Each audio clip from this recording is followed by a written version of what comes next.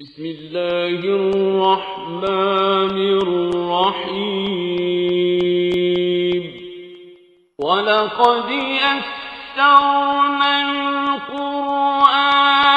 لِلذِّكْرِ فَهَلْ مِن مُدَّكِرٍ۔ السلام علیکم ورحمۃ اللہ۔ الحمدللہ وکفیٰ وسلام علی عبادہ الذین اصطفیٰ، اما بعد فاعوذ باللہ من الشیطان الرجیم، بسم اللہ الرحمن الرحیم، حامیم تنزیل الکتاب من اللہ العزیز الحکیم۔ سورہ اقامت کا آغاز ہو رہا ہے۔ سورہ اقامت مکی سورت ہے اور اس کا مضمون یہ بتاتا ہے، واضح کرتا ہے کہ یہ 10 نبی میں یا 11 نبی کے آغاز میں یہ سورت نازل ہوئی ہے، اس لیے کہ اس میں جنہوں کے قرآن سننے کا واقعہ بیان ہوا ہے، اور اس واقعے کے بارے میں مفسرین بیان کرتے ہیں اور سیرت نگاری بیان کرتے ہیں کہ نبی اکرم صلی اللہ علیہ وسلم طائف کے سفر سے جب واپس آ رہے تھے اور نخلا میں وادی نخلا میں آپ ٹھہرے تھے، تو اس موقع پر آپ جب نماز میں قرآن پڑھ رہے تھے، یعنی عشاء کی نماز یا تہجد کی یا فجر کی، تو اس میں جو ہے یہ جن آئے اور انہوں نے قرآن سنا، لہٰذا اس سے اس کا اس وقت یہ صورت نازل ہوئی بات متعین ہو جاتی ہے، زمانہ نزول اس کا واضح ہو جاتا ہے۔ 10 نبی اکرم صلی اللہ علیہ وسلم کے لیے انتہائی تکلیف دہ سال تھا، یعنی اس سال میں آپ کو مختلف قسم کے مسائل اور شدائد کا سامنا کرنا پڑا، اور کہا جاتا ہے سیرت میں، سیرت نگار کہتے ہیں کہ نبی اکرم صلی اللہ علیہ وسلم اس سال کو عام الحزن یعنی غم کا سال قرار دیتے تھے، یعنی اس میں پے در پہ آپ کو جس صورتحال کا سامنا کرنا پڑا۔ ایک طرف تو صورتحال یہ تھی کہ مشرکین مکہ کی طرف سے شدائد بڑھتے جا رہے تھے، اور یہ آپ کا مفاتحہ کر رکھا تھا، 3 سال کا مفاتحہ ہوا تھا، اور ابھی اس سال ہی اس کا اختتام ہوا، اس کا خاتمہ ہوا ہے، اور اس کے بعد کچھ عرصے کے بعد یعنی کچھ دنوں کے بعد ابو طالب کا انتقال ہو جاتا ہے۔ ابو طالب وہ شخص ہیں کہ جنہوں نے نبی کرم صلی اللہ علیہ وسلم کی یعنی ہمیشہ پشتیبانی کی، آپ کی حمایت کی، قبیلے کے سردار تھے، اور ان کی حمایت اور سرپرستی جو ہے وہ نبی کرم صلی اللہ علیہ وسلم کو حاصل تھی، اور اس کی موجودگی میں مشرکین بہت سے معاملات میں بہرحال تحمل کرتے اور رک کر سوچتے تھے، اور ان کی چیرہ دستیاں جو ہیں وہ اس طرح بہت جس طرح آگے بڑھ گئی مزید اس طرح سے اس زمانے میں نہیں تھی۔ بہرحال ایک دنیاوی طور پر ایک ساتھی، ایک سہارا موجود تھا، تو ان کا انتقال ہو گیا، اور ان کے انتقال کے بعد ہی یعنی بمشکل 1 مہینہ گزرا ہے کہ نبی کرم صلی اللہ علیہ وسلم کی وہ رفیقہ حیات کہ جنہوں نے آپ کا بھرپور ساتھ دیا ہے، خدیجہ رضی اللہ تعالی عنہا، ان کا بھی انتقال ہو گیا۔ اور ان کا جو کہ خدیجہ رضی اللہ تعالی عنہا جنہوں نے ہر موقع پر نبی کرم صلی اللہ علیہ وسلم کا ساتھ دیا، اور ان کا ساتھ آپ کے لیے وجہ سکون رہا، یہ صدمہ ان کے انتقال کا یہ بھی اسی سال میں آپ کو جھیلنا پڑا۔ اور اسے معاملہ صرف اتنا ہی نہیں تھا کہ یہ ہستیاں جو ہیں رخصت ہو گئی، بلکہ ساتھ ساتھ یہ بات بھی تھی کہ اس کے بعد جو اثرات و نتائج اس کے سامنے آئے، جو آپ کی زندگی پر پڑے، وہ زیادہ تکلیف دہ تھی، زیادہ اس میں پریشانیاں آپ کے ساتھ رہیں، ناممکن رہیں۔ تو اس اعتبار سے یہ سال جو ہے آپ کے لیے انتہائی مشکلات کا سال قرار پاتا ہے۔ تو نبی کرم صلی اللہ علیہ وسلم نے ان کے انتقال کے بعد ان دونوں کے، اور جب ان کی چیرہ دستیاں بڑھ رہی تھیں مشرکین مکہ کی، تو آپ نے چاہا کہ آپ طائف جائیں اور وہاں پر جا کر اپنی بات ان لوگوں کے سامنے رکھیں۔ عین ممکن ہے کہ وہ آپ کی بات مان لیں تو ظاہر ہے کہ پھر تو آپ کو مقام میسر آ جائے گا اپنے کام کے لیے، دعوت کا کام کرنے کے لیے۔ اور اگر ایسا نہ بھی ہو تو آپ ان سے یہ بات کہیں کہ وہ آپ کو کام کرنے کا موقع فراہم کریں، یعنی آپ کو وہاں کام کرنے دیں تاکہ آپ اطمینان سے اپنا کام جاری رکھ سکیں۔ تو اس خیال سے آپ وہاں پر گئے تھے، لیکن جب آپ وہاں پر پہنچے تو بنو ثقیف نے جو صورتحال یعنی جو معاملہ کیا نبی کرم صلی اللہ علیہ وسلم کے ساتھ کہ سنجیدگی سے آپ کی بات کو سننے کے لیے بھی تیار نہ ہوئے، یعنی ان کے عوام و خواص کا معاملہ جو ہے وہ اسی اعتبار سے رہا، اور انہوں نے آپ کو وہاں سے نکلنے پر مجبور کر دیا اور کہا کہ آپ یہاں سے نکل جائیں، یعنی شہر سے نکلنے کا آپ کو جو ہے نوٹس دے دیا، کہہ دے بس آپ چلے جائیں، یعنی انہیں یہ اندیشہ تھا کہ کہیں کوئی آپ کی بات سن کر آپ کی طرف مائل نہ ہو جائے، یعنی اس بات کا اندیشہ انہیں تھا۔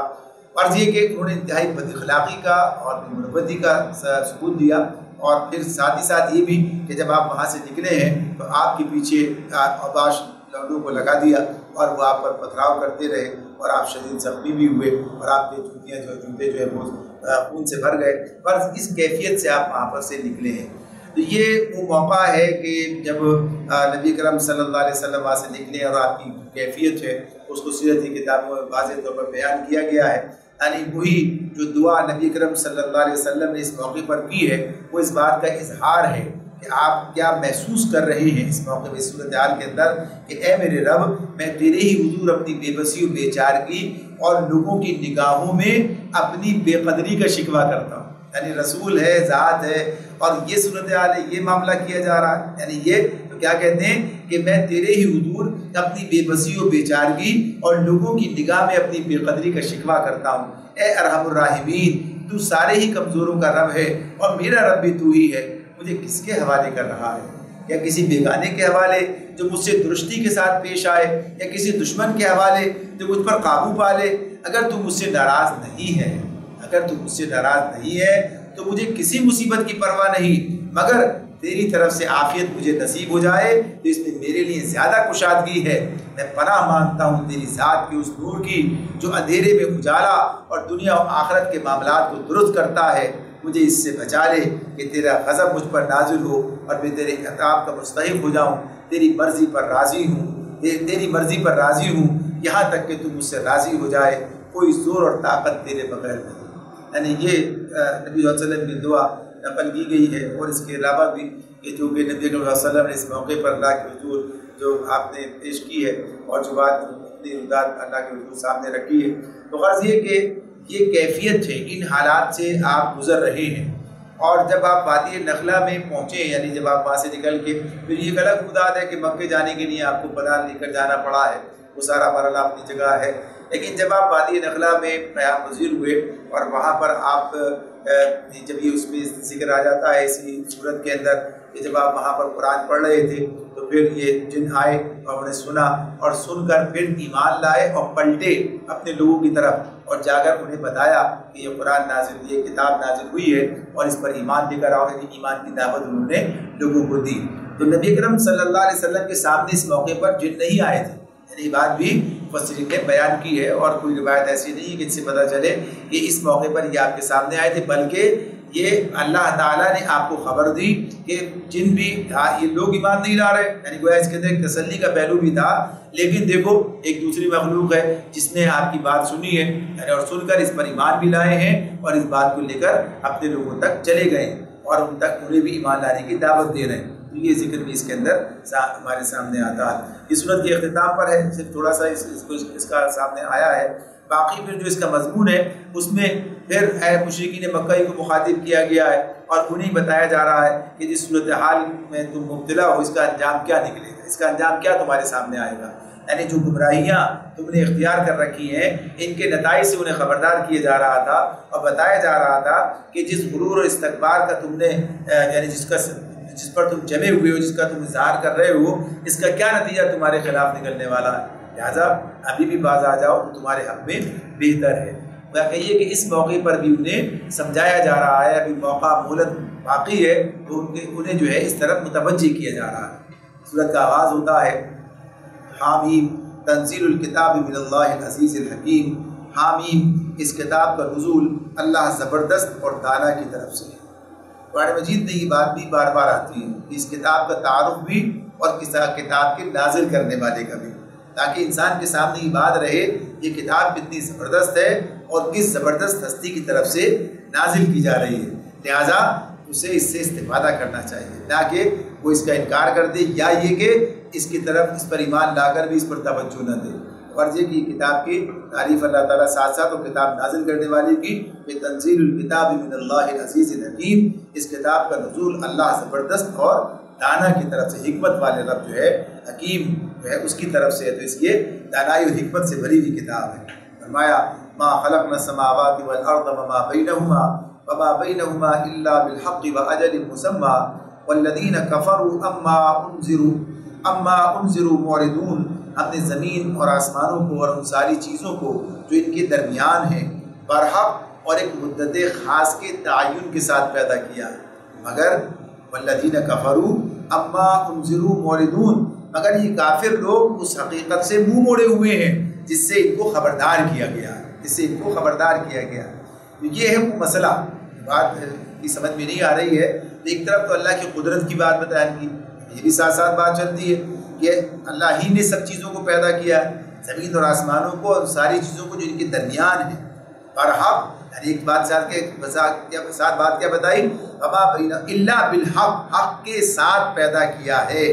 یعنی حق کے ساتھ پیدا کرنے کا مطلب کیا ہوتا ہے؟ حق کے ساتھ پیدا کرنے کا مطلب یہی ہے کہ یہ چیزیں کھلونا نہیں ہے، یہ چیزیں کوئی بے مقصد نہیں ہے، ان کا ایک مقصد ہے، ایک مقصد کے تحت یہ سارا نظام بنایا گیا، اس کو پہچانو، اور وہ کیا ہے؟ انسان کی آزمائش ہے، انسان کی آزمائش ہو رہی ہے۔ جو لوگ یہ بات نہیں سمجھتے، ظاہر سی بات ہے کہ وہ پھر ایسے غیر ذمہ دارانہ رویہ اختیار کرتے ہیں۔ تو یہ بات بتایا، پھر ساتھ ساتھ کیا کہا؟ ایک مدت خاص کے تعین کے ساتھ، یا کیا ہے؟ اجل مسمى، اجل مسمى، یعنی اس کا ایک وقت مقرر ہے، اجل مسمى، ایک مدت تک کے لیے مدت خاص کے تعین کے ساتھ پیدا کیا۔ اللہ رب العالمین تخلیق کا کام کرتا ہے، تخلیق کار وہ ہے، یعنی وہی خالق ہے، اور ظاہر ہے کہ اس کے کام میں کوئی سقم نہیں ہے، اس کے کام میں کوئی کمی نہیں ہے۔ ظاہر ہے انسان جو چیزیں جو کام کرتا ہے اس میں سقم ہوتا ہے، کمی ہوتی ہے، وہ چیزیں ایک خاص وقت تک کے لیے ہوتی ہیں پھر ختم ہو جاتی ہیں۔ اللہ تعالیٰ کی بنائی ہوئی چیزیں ظاہر سقم سے پاک ہو سکتی ہیں، لیکن یہاں اللہ تعالیٰ یہ بتا رہے ہیں کہ اللہ نے انہیں بنایا ہی ایسا ہے، یعنی اللہ کا منصوبہ یہ ہے کہ انہیں خاص وقت تک کے لیے بنایا جائے، ایک خاص وقت ان کے لیے مقرر کیا اللہ تعالیٰ نے۔ تو یہ چیزیں اس بنیاد پر ختم نہیں ہوتی کہ یہ چیزیں ان کے اندر اب وہ چیز باقی نہ رہی، یعنی ان کی بقا ختم، اب معاملہ سامنے نہ رہا اور یہ گویا کہ یہ اب ایکسپائر ہونے کی اس کی مدت آ گئی، اب یہ ختم ہو گئی، گھس گئی، گل گئی، ایسا نہیں ہے۔ بلکہ اصل بات کیا ہے؟ اصل بات یہ ہے کہ اللہ نے جو مدت مقرر کی تھی وہ پوری ہو گئی، اللہ نے جو مدت مقرر کی تھی وہ پوری ہو گئی۔ یہ پیچھے انسان کے بارے میں بات گزری ہے سورہ جاثیہ میں، جو بات ہمارے سامنے آ رہی ہے جس میں وہ کہتے تھے کہ گردش ایام ہمیں ہلاک کرتی ہے۔ انسان کا معاملہ تو یہ ہے، یہ سامنے آتا ہے کہ انسان جو ہے بتدریج بوڑھا ہو جاتا ہے، کمزور ہو جاتا ہے اور اس کے قوا مزمحل ہو جاتے ہیں، یعنی اس کے بارے میں۔ لیکن یہ زمین، آسمان، چاند، سورج، ستارے، یہ سب چیزیں جو گویا کہ یہ کس طرح ہزاروں سال سے قائم ہے اور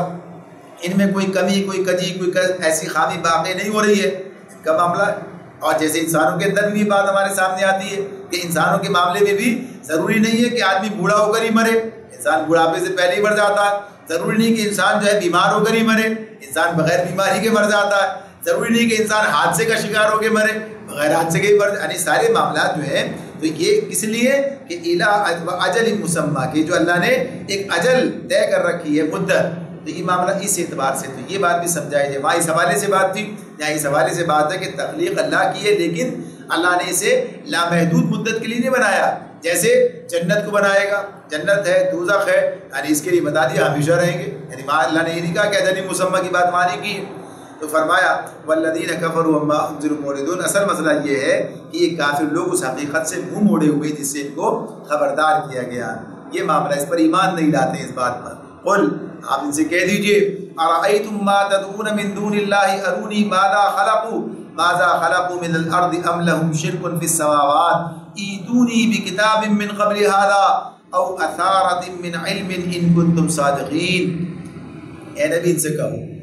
کبھی تم نے آنکھیں کھول کر دیکھا بھی کہ وہ ہستیاں ہیں کیا جنہیں تم اللہ کو چھوڑ کر پکارتے ہو؟ ذرا مجھے دکھاؤ تو صحیح کہ زمین میں انہوں نے کیا پیدا کیا ہے، یا آسمانوں کی تخلیق و تدبیر میں ان کا کیا حصہ ہے؟ اس سے پہلے آئی ہوئی کوئی کتاب یا علم کا کوئی بقیہ ان عقائد کے ثبوت میں تمہارے پاس ہو تو وہی لے آؤ اگر تم سچے ہو، ان کنتم صادقین۔ یعنی یہ بات جو یہاں پر آپ نے آ رہی ہے، بار بار اللہ تعالیٰ اس کو کہتے ہیں، یعنی مشرکین کو اس پر توجہ دلاتے ہیں کہ جنہیں تم نے اللہ کا شریک ٹھہرا رکھا ہے۔ شرک کا تو معاملہ اس طرح ہے نا کہ اللہ کو بھی مانتے ہیں، اللہ کو تسلیم کرتے ہیں، اللہ کے بارے میں جانتے ہیں، اور اللہ کے یعنی اس اعتبار سے بھی کہ زمین و آسمان کی تخلیق اللہ ہی نے کی ہے، یعنی بھی مانتے ہیں، انہیں پیدا بھی اللہ ہی نے کیا ہے، یہ بھی مان رہے ہوتے ہیں۔ تو اب یہاں پر یہ بات سامنے لائی جا رہی ہے کہ یہ جو جنہیں تم نے شریک ٹھہرا رکھا ہے ان کے بارے میں بتاؤ انہوں نے کیا کام کیا ہے. اللہ تعالیٰ کی یہ معاملات تو سامنے آ رہے ہیں برابر. اللہ بیان کر رہا ہے آسمان و زمین کو اللہ نے پیدا کیا, آسمان و زمین کے درمیان جو کچھ ہے وہ سب بھی اللہ نے پیدا کیا, یہ کھیتیاں اللہ اگاتا ہے, یہ سارے کام اللہ کرتا ہے. یعنی یہ اللہ تعالیٰ کہہ رہا ہے, تمہارے سامنے بات ہو رہی ہے, بیان ہو رہی ہے, تم مانو یا نہ مانو, لیکن بہرحال مانتے بھی ہیں لوگ اس بات کو. اب یہ بتاؤ کہ جنہیں تم نے شریک ٹھہرا رکھا ہے انہوں نے کیا پیدا کیا, ان کے اختیار میں کیا چیز ہے. بتا کوئی نہیں کہہ سکتا کہ انہوں نے یہ پیدا کیا, انہوں نے یہ بنایا, ان کا یہ عمل ہے, ان کے یہ کارکردگی ہے, ان کا یہ معاملہ ہمارے سامنے ہم کہتے ہیں کہ یہ چیز ہے بالکل تو پیش کی جا رہی ہے جواب میں, تو کچھ بھی نہیں ہے, کچھ بھی نہیں ہے. تو ایک بات تو یہ کہ انسان کو علم ہو, کہتے ہیں مجھے تو علم نہیں ہے لیکن مجھے کسی نے بتایا ہے, تو بتانے کے لیے کیا کہا, ایتونی بکتاب من قبل ھذا, یعنی اس سے پہلے آئی بھی کوئی کتاب, اس کے اندر کوئی بات لکھی ہوئی ہو. کتاب سے مراد کیا ہے, وہ کتابیں جو انبیاء پر نازل ہوئی ہیں. یہ نہیں کہ کوئی بھی کتاب آدمی اٹھا کر لے آئے, یعنی جو کتاب انبیاء پر نازل ہوئی ہے کتابیں, ان کتابوں میں سے یا ان کتابوں کی بنیاد پر جو کہا کہ علم کا بقیہ او اثارۃ من علم,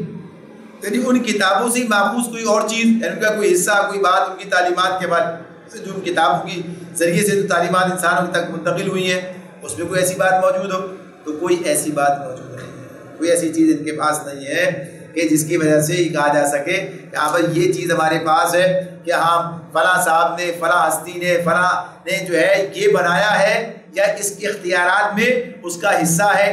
یا اللہ کی اس کائنات میں اس کے قبضے میں یہ چیز ہے.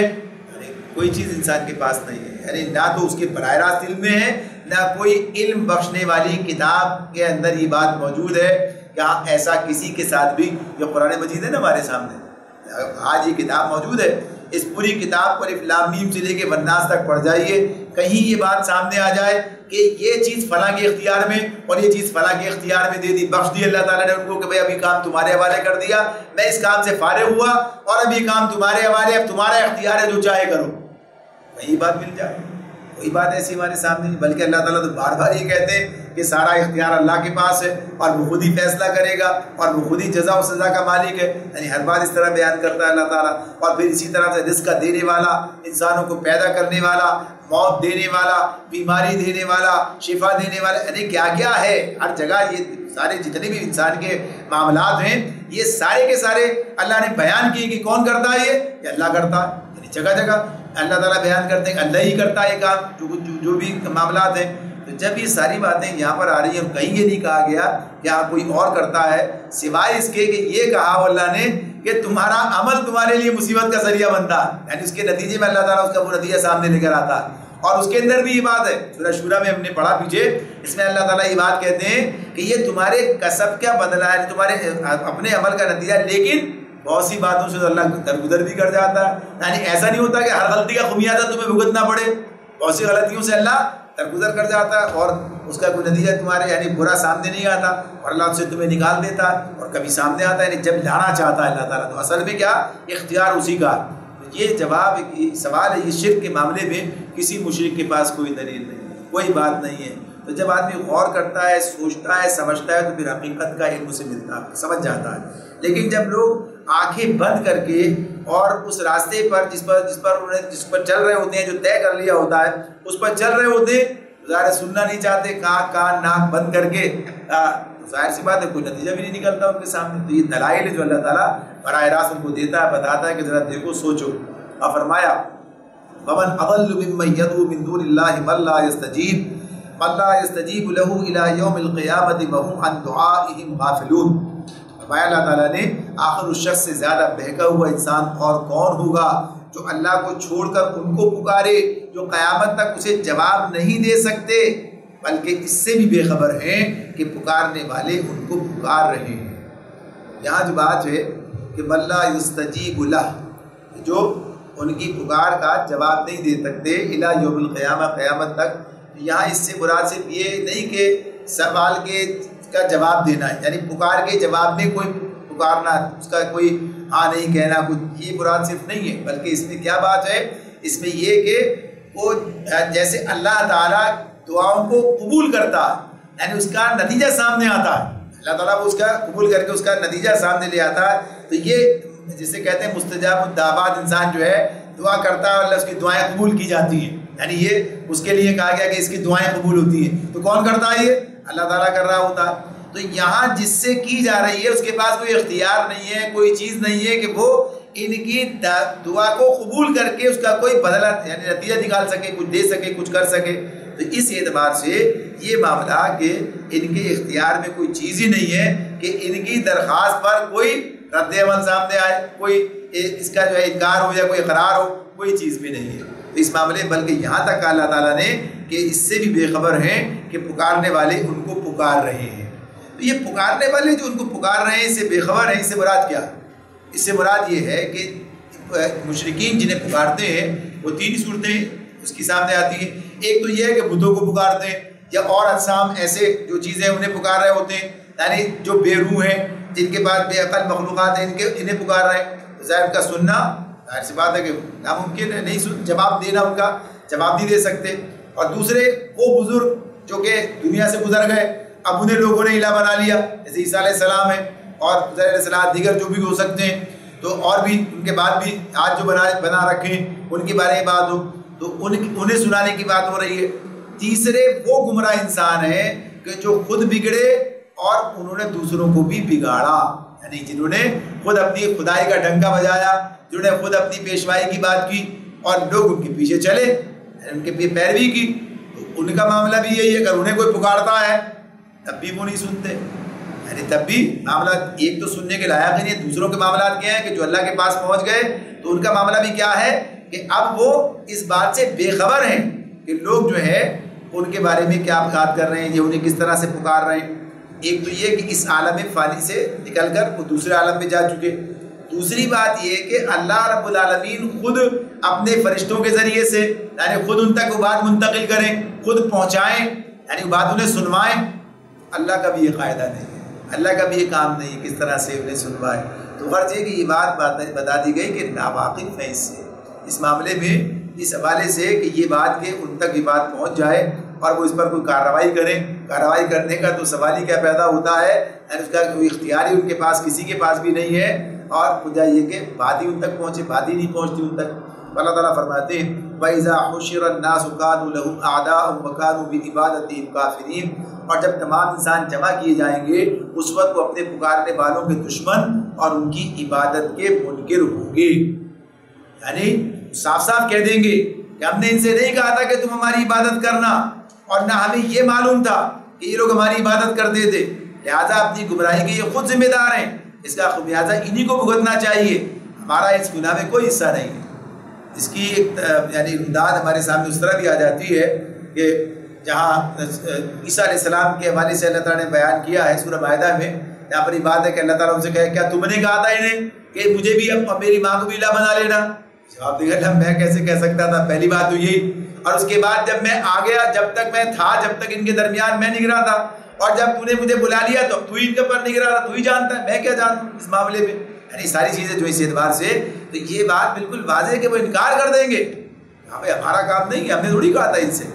اور جو ایسے لوگ ہیں یعنی جو مجرمین کے آپس کے جھگڑے ہوں گے، جو انہیں لے کر چلے اور جو ان کے پیچھے چلے، وہ جھگڑے بھی قرآن نے بیان کیے، واضح کیے. وہ کہیں گے تمہاری وجہ سے، وہ کہیں گے تم خود ہی بگڑے ہوئے لوگ تھے، ہماری وجہ سے کہاں، ہم نے دعوت دی تم چلے آئے، ہمارا تم پر کوئی زور تو تھا نہیں. شیطان بھی یہ کہہ دے گا. تو غرض یہ کہ یہ کہتے ہیں کہ یہ اپنا ہی معاملہ تھا ان کا، خود ان کی خواہشات تھیں، خود ان کے معاملات تھے. تو یہ تو ان کا معاملہ ہے. لیکن اور ظاہر سی بات ہے کہ جو نیک لوگ ہیں وہ تو ویسے انکاری ہو جائیں گے. بھائی ہم نے کب کہا تھا ان سے کہ تم ہمیں پکارو، اللہ کی جگہ تم ہم سے دعائیں مانگو، یا اللہ کی جگہ تم ہماری عبادت کرنے لگو، اللہ کے بجائے تم ہم سے خوف اور امیدیں وابستہ کر لو. تو وہ ان کے وَقَالُوا بِعِبَادَتِهِمْ كَافِرِينَ، وہ ان کی اس عبادت کے کافر ہوں گے، انکار کر دیں گے، منکر ہوں گے کہ ہم نہیں جانتے، ہم نہیں مانتے. وَإِذَا تُتْلَىٰ عَلَيْهِمْ آيَاتُنَا بَيِّنَاتٍ قَالَ الَّذِينَ كَفَرُوا لِلْحَقِّ لَمَّا جَاءَهُمْ هَٰذَا سِحْرٌ مُّبِينٌ. ان لوگوں کو جب ہماری صاف صاف آیات سنائی جاتی ہیں اور حق ان کے سامنے آ جاتا ہے تو یہ کافر لوگ اس کے متعلق کہتے ہیں یہ تو کھلا جادو ہے، هَٰذَا سِحْرٌ مُّبِينٌ. یعنی اس قرآن کے بارے میں کہتے ہیں یہ کھلا جادو ہے. تو دو باتیں ہمارے سامنے بنتی ہیں اس میں. ایک تو بات یہ کہ قرآن کا اسلوب اتنا زبردست ہے، قرآن یعنی کلام اتنا عالیشان ہے اور اس کا بیان اس انداز کا ہے کہ اس جیسا کلام لانے پر قادر نہیں تھے. تو کہتے تھے تو جادو ہے، یہ جادو، اس کو جادو قرار دیتے تھے. ورنہ انسانی کام کیا ہے اس اعتبار سے یہ ایک طرف کہتے بھی تھے، کبھی یہ کہتے کبھی یہ کہتے، کچھ نہ سوچتا تھا کہ کیا کہیں، اس لیے کہ کوئی بات حق پہ حقیقت پر تو مبنی تھی نہیں. تو بہرحال ایک طرف تو معاملہ یہ تھا ان کا کہ یہ بات کہتے، اور دوسری طرف یہ بات اس لیے جادو کی جو باتیں بیان کر رہے ہیں، آخرت کی بات ہو رہی ہے، جنت دوزخ دوبارہ زندہ کیے جاؤ گے، ایسا ہوگا، اس کو کہتے تھے جادوگری کی بات ہے، جیسے کوئی جادو کی بات ہو رہی ہو، اس انداز سے اس کو کہتے تھے. تو اللہ تعالیٰ فرماتے ہیں ام یقولون افتراہ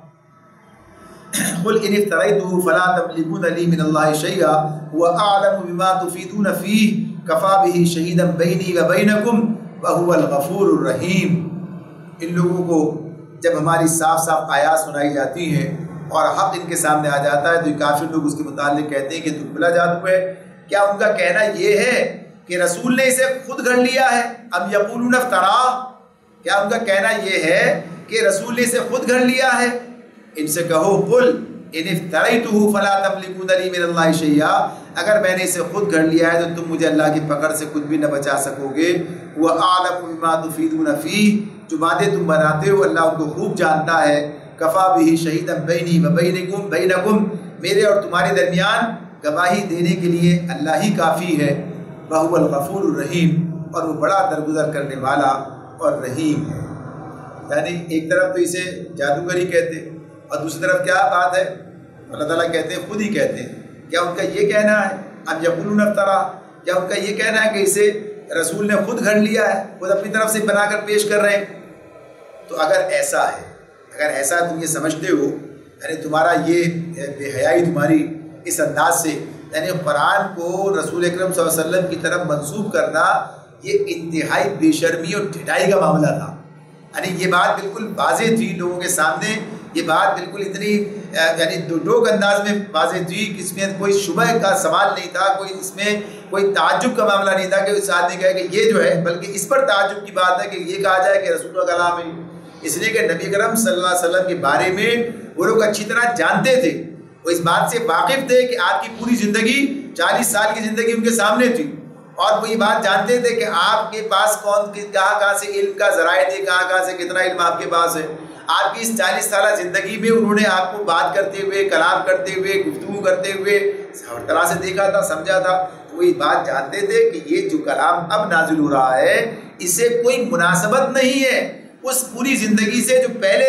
آپ کی زندگی ہے. یعنی آپ پہلے کوئی خطیب نہیں تھے، پہلے کوئی مقرر نہیں تھے، کوئی مصنف نہیں تھے، یعنی کوئی استاد نہیں تھے، کوئی معلم، یعنی اس اعتبار سے کہ بھائی یہ تو پہلے سے بات چلی آ رہی ہے تو آگے کوئی نئی بات نہیں ہے. بلکہ دیکھتے تھے کہ آپ ایک خاموش طبع انسان ہیں، آپ اپنے کام سے کام رکھتے ہیں، آپ اس اعتبار سے کوئی چیز، آپ کی اخلاقیات کی بات ہے، آپ کے کردار کی خوبیاں ہیں، یہ ساری اس سے مختلف ہیں. لیکن یہ کلام کا جو معاملہ ہے، یہ جو باتیں بیان کی جا رہی ہیں، یہ چیزیں نہیں تھی. تو یہ بات جانتے تھے کہ یہ تو اچانک انقلاب آیا ہے. اور یہ انقلاب کہاں سے آیا ہے؟ یہ انقلاب اللہ تعالیٰ کی طرف سے آیا کہ اللہ کی کتاب نازل ہو رہی ہے، اللہ تعالیٰ کی طرف سے باتیں بیان کی جا رہی ہیں، اللہ تعالیٰ کی طرف سے یہ چیزیں رسول پر نازل کی جا رہی ہیں. تو یہ سب کچھ دیکھتے ہوئے اور اس کلام کو دیکھتے ہوئے، اس کلام جیسا کلام وہ بنانے سے قاصر تھے. ان کے پاس بڑے بڑے خطیب موجود تھے، بڑے بڑے شعراء موجود تھے، اور ان سب نے اس کام سے ہاتھ اٹھا لیا تھا کہ ہم یہ کام نہیں کر سکتے. یعنی یہ انسانی کلام نہیں ہے، یعنی تسلیم کرتے تھے. کبھی اسے جادو بھی کہہ دیتے تھے خود ہی، جیسے پچھلی آیت بات ہے، اور کبھی یہ کہتے کہ رسول نے خود کر لیا. تو کیسی حماقت کا معاملہ تھا. تو اس کا جواب نہیں دیا گیا، اس کا جواب نہیں دیا گیا، بلکہ کیا کہا، اچھا اگر میں نے گڑھا ہے تو میں خود ذمہ دار، اللہ کے پاس اللہ مجھ سے خود جواب طلب کر لے گا. اگر یہ میں نے گڑھا ہے تو اللہ تعالیٰ مجھ سے خود جواب جو ہے لے لے گا، تم مجھے اس کی پکڑ سے نہیں بچا سکتے. اور جو باتیں تم بناتے ہو، تمہارے پاس اس بات کا کیا ثبوت ہے، کیا بات ہے؟ جو باتیں تم بناتے ہو اللہ ان کو خوب جانتا ہے، اللہ ان کو خوب جانتا ہے. یہ تو تمہاری باتیں، اس کا تمہیں خود یقین نہیں ہے، جو تمہارے خود جو ہے دل کے اندر اس کا کوئی حیثیت نہیں ہے، تم مانتے، تم سے بہانے بناتے ہو، تو اللہ خوب جانتا ہے. اور میرے اور تمہارے درمیان وہی گواہی دینے کے لیے کافی ہے. یعنی کل معاملہ تو سامنے آنے والا ہے نا، اللہ کے پاس پہنچو گے ساری بات سامنے آ جائے گی، پتہ چل جائے کیا صورتحال ہے. اس اعتبار سے یہ معاملہ ٹھیک چھوڑ دیا گیا، یعنی اس پر کوئی جو ہے ان کی طرف سے کوئی حجت بازی اب نہیں کی جا رہی ہے. تو بہرحال یہ سچائی اور سچا اور جھوٹا ہونا اللہ کے سامنے جا کر واضح ہو جائے گا، پتہ چل جائے گا. اور پھر یہ جو کہا وَهُوَ الْغَفُورُ الرَّحِيمُ، اور بڑا درگزر کرنے والا اور رحیم۔ یعنی پھر یہ بات کہی، پھر اس اعتبار سے کہا، یہ بات کہی جا رہی ہے کہ ایک طرف تو یہ تمہاری حرکتیں ہیں، تمہاری معاملات اللہ جو ہونے دیتا ہے، بہرحال وہ بڑا غفور الرحیم ہے، اس نے جو مہلت دے رکھی ہے اس مہلت سے پہلے تمہیں پکڑتا نہیں ہے، یعنی اس مہلت کو اس نے تمہارے لیے جو طے کر دی ہے، جو اس نے خود، یعنی کسی کا استحقاق نہیں ہے کہ اسے اتنی مہلت ملے، اسے اتنی مہلت ملے، کوئی استحقاق نہیں ہے، یہ اللہ تعالیٰ ہی کا فضل ہے کہ وہ لوگوں کو مہلت دیتا، لوگوں کو مہلت دیتا ہے، اللہ کا فضل ہے، یہ اس کی اور پکڑ نہیں لیتا ان کے انکار پر، ان کے استکبار پر۔ ایک بات یہ ہے، دوسری بات کیا ہے، اب بھی موقع ہے، اب بھی موقع ہے، اللہ بڑا غفور الرحیم ہے، اب بھی موقع ہے، پلٹنا چاہو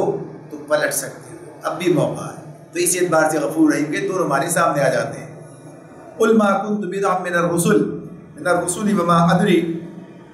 أَدْرِي مَا يُفْعَلُ بِي وَلَا بِكُمْ إِنْ أَتَّبِعُ إِلَّا مَا يُوحَىٰ إِلَيَّ وَمَا أَنَا إِلَّا نَذِيرٌ مُّبِينٌ، ان سے کہو میں کوئی نرالا رسول تو نہیں ہوں، میں نہیں جانتا کہ کل تمہارے ساتھ کیا ہونا ہے اور میرے ساتھ کیا، میں تو صرف اس وحی کی پیروی کرتا ہوں جو میرے پاس بھیجی جاتی ہے، اور میں ایک صاف صاف خبردار کر دینے والے کے سوا اور کچھ نہیں ہوں۔ یعنی یہ بات اس میں بیان ہو رہی ہے کہ نبی اکرم صلی اللہ علیہ وسلم سے جو یہ مطالبات کرتے تھے اور بار بار آپ سے اس طرح کے مطالبے کرتے اور باتیں بناتے اور کہتے،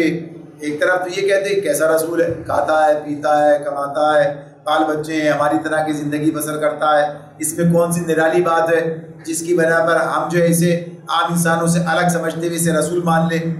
یہ بات بتائی جا رہی ہے، میں نے کب اس کا دعویٰ کیا، پہلی بات۔ دوسری بات یہ کہ کوئی میں